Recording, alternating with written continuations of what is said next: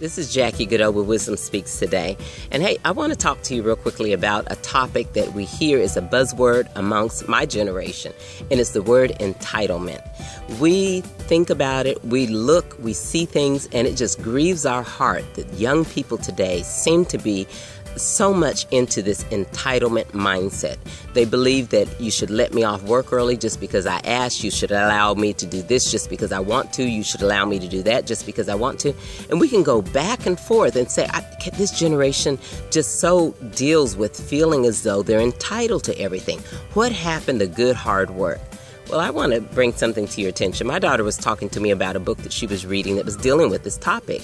And it's so true that so many times we look at it just from the negative connotation. But let me ask you this. What promises in the Word of God do you believe are for you? What promise do you believe that God has said that is for you, that you are willing to walk away from just because of what somebody thinks about your approach in getting it?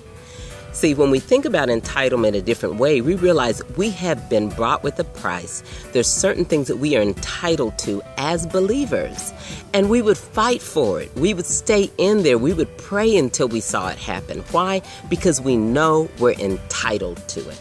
So, what would happen if we raised our children differently? Instead of raising them to not work and we give them everything and then we wonder why they feel like they're entitled later, how about we raise them understanding the opportunities in life for them that supersedes their race, their age?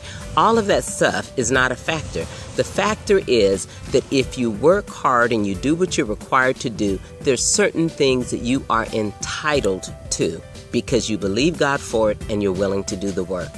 So let's change the word a little bit. And when we're looking around and seeing young people who feel like they're entitled, how about encouraging them to understand what entitlement really looks like from God's perspective and the fact that they can walk strongly and boldly and receive everything that they're entitled to. Thanks for listening. Goodbye.